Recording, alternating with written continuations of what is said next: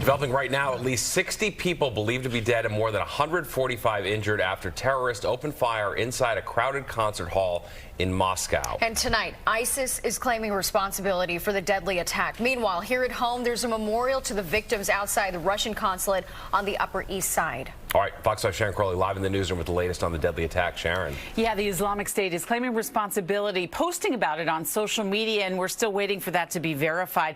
This is the deadliest attack in Russia in years. This concert hall in Moscow can hold 6,000 people, and many were inside when terrorists armed with weapons and explosives invaded the building.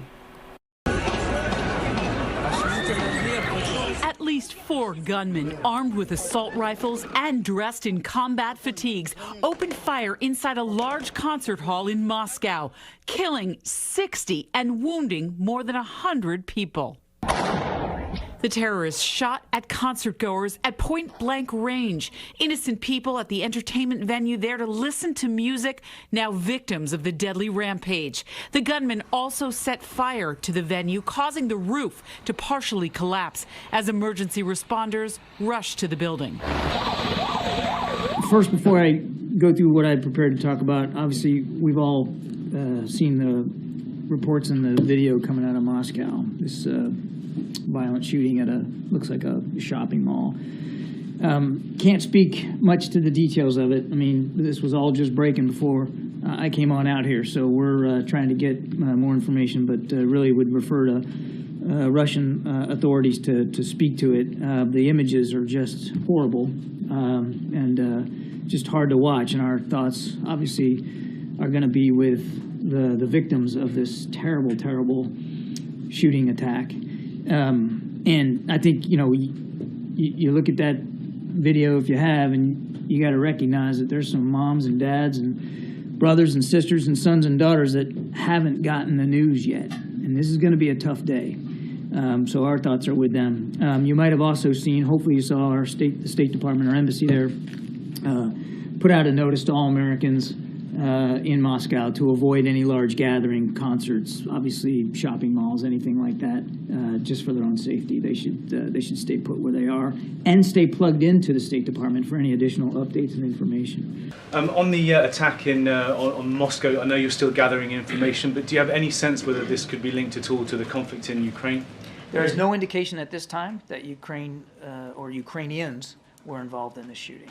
But again, this just broke. We're taking a look at it, but I would disabuse you at this early hour of any connection to Ukraine. Давайте зафіксуємо. Україна точно, абсолютно точно не має ніякого відношення до цих подій. По-перше, тому що в нас є повноцінна, повномасштабна, величезна, інтенсивна війна з російською регулярною армією і з Російською Федерацією як країною. І безвідносно до всього, все буде вирішено саме на полі бою для України.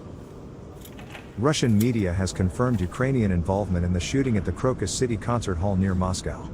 The RT editor-in-chief released a video of the interrogation, claiming that this is not ISIS, but Ukrainians. They are from Tajikistan and their names are known. Margarita Simonyan, editor-in-chief of Rossiya Sugodnya, denied any connection to ISIS and said, they are Ukrainians. Simonyan accused the Western media of premature speculation and suggested direct involvement in the misinformation. Meanwhile, as the death toll reached 133, the Russian FSB detained 11 suspects, including 4 direct perpetrators. The Amat Russian regiment, under Ramzan Kadyrov, was said to have contributed to the arrests. The perpetrators were fleeing towards the Ukrainian border. What did you do in Crocus? I was shooting. You were shooting? You were shooting who? Why? For money. Money? Let's put him up. For how much money? Some 500,000 of what? Of rubles. Did you get it from who? I have received only one half. It was transferred to my card. Where's your card? He gave it and it was in my clothes in my jacket, so I lost it. Where did you get weapons? They gave it to us. Who they? I don't know who they. They texted me on Telegram without names, without anything. How did they find you? You found them or they found you? They texted me. Why did they text you in particular? I don't know. I was listening to, but how come they just offer you to kill people out of thin air? It doesn't happen like this. President Putin waited for information to be gathered before issuing a statement to the public on March 23 at 3:30 p.m. Moscow time. Все четверо непосредственных исполнителей теракта, все те, кто стрелял, убивал людей, найдены и задержаны. Они пытались скрыться и двигались в сторону Украины. As you all know, two announcements were made by the U.S. State Department in early March. Good afternoon. We start with a readout of the Secretary's meeting earlier today with Israeli War Cabinet Minister. And then I wanted to say a few words about Undersecretary Tori Nuland, who the Secretary announced earlier today will be stepping down from her position in the coming weeks. As the Secretary said in his statement, Tori has an unmatched capacity to wield the full toolkit of American diplomacy to advance our interests and values. She's had almost every job in this department. I shouldn't say almost every job, but most jobs in this department, including this very job here. And I will say, just speaking first personally, I first got to know Toria during at the early days of Russia's full-scale invasion of Ukraine. And the thing that struck me about her from day one was her clarity of purpose and clarity of voice, which I know all of you probably remember well from her, at least Matt remembers well from her time at this podium. So I know I speak for everyone in the department in saying we will miss her greatly, but we congratulate her on an extraordinary career. And with that. And finally, we start up with Secretary Toria. Just want to remind you that she, last month, she was in Kyiv, and she made a statement saying that 2024 will bring certain solid successes on the battlefield. And she said, I'm quoting, Putin is going to get some nice surprises on the battlefield. Do you share that sentiment? I do. I do. We believe that Ukraine has a plan that they can execute to achieve victories on the battlefield. We've seen them having victories on the battlefield, most recently in the Black Sea, where in the last 24 hours they sunk another Russian ship.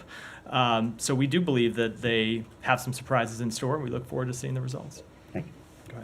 Breaking news in the past few moments. This is from the US Embassy in Russia that is warning of a terrorist attack that could take place in Moscow within the next 24 hours. It's been repeated by the UK Embassy there, and it urges citizens to avoid large gatherings over the next 48 hours. It says it's monitoring reports that extremists have imminent plans to target large gatherings in Moscow to include concerts. And